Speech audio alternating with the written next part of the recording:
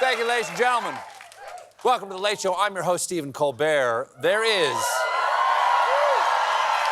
and this is true, these people don't know because they have to turn off their cell phones before they come in here. This just happened, right? There is breaking news about former governor of New Jersey, and man, so nice they Christ him twice. Christie.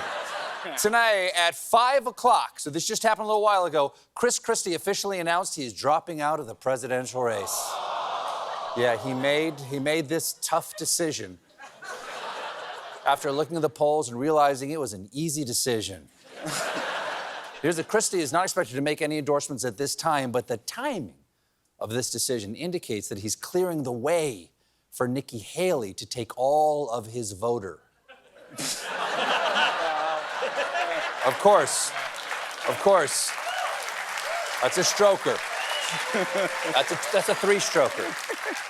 Of course, Christie was the most high-profile and consistent critic of Trump still in the Republican primary, unlike Ron DeSantis, whose campaign slogan is, Ron DeSantis, Trump 2024.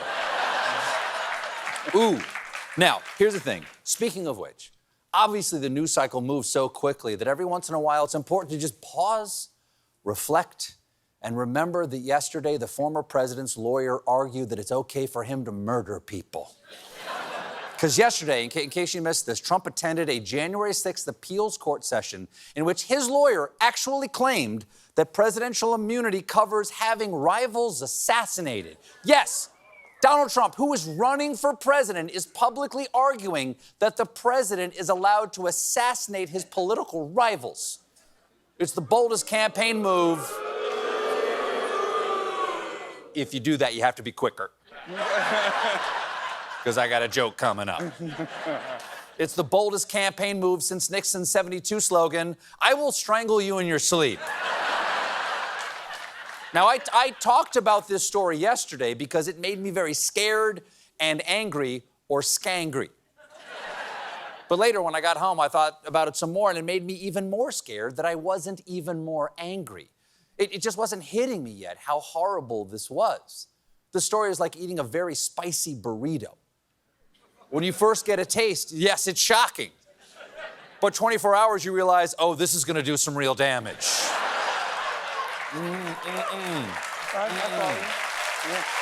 Now, there you go. Quality family joke. Now, after the hearing, Trump's other lawyers tried to push back on the horror of what had been argued in court, starting with Trump attorney and lawyer grown from a cheek scraping of Melania, Alina Habba. Habba went on Fox News to say that the judge took their arguments way too logically. It is hypothetical after hypothetical of extreme situations that are not the current situation. Yes! The president sending an assassin to kill his political rivals and then claiming presidential immunity is such an extreme hypothetical. Let's stick to reality, where all Trump did was send a mob to kill his vice president and then claim immunity. Get your facts straight, or Trump will murder you. Now, hello. Now, even though these charges were actually brought by an independent special counsel who does not answer to the White House, Trump keeps insisting it's some sort of Joe Biden evil master plan. Justice weaponization is a very dirty game to play, and it's never been used like this before, never in our country. We're not going to allow it to happen, and he shouldn't allow it to happen, because if it does, it's a Pandora's box, and it opens that box. And trust me, I've been to Pandora's box. It's a very classy gentleman's club out by the West Side Highway. Incredible chicken wings and clam strips, but believe you me, you gotta get the wet wipes, okay? Always use the wet wipes, because the staff is very clear, no wipey, no touchy. Of course, that's not Trump's only trial. Here in New York State, his company's been accused of fraud, and the state attorney general is demanding $370 million. So he went on the Truth Socials last night writing, even my political opponents have spoken against the ludicrous demands of New York State Attorney General Tish James. Little problem with that. That's not how you spell ludicrous. That's how you spell ludicrous. Even my political opponents have spoken against these ludicrous demands. She is the real public enemy. It's not Coolio. You're in biggie trouble. There's no NWA. They'll convict me since I'm above the ja rule of law. Macklemore. Now look here. How do you do? I got the presidential campaign rap for you. Trump also posted a video complaining that he's been unfairly targeted by the justice system. They don't look at violent crime. They don't look at murders. If you murder somebody, they leave you alone. I'm going to stop you right there. I'm going to fact check you right there, sir. Here in New York, as in most places, they don't leave murderers alone. That's why none of Dick Wolf's shows start with this. In the criminal justice system, murder is totally okay. Time to go stabbing. Stab, stab. So Trump's been saying a lot of crazy stuff about this trial, but we just found out he might also say crazy stuff during the trial because Trump intends to deliver part of the closing argument himself. This is a terrible idea, and please, Jesus, let it happen.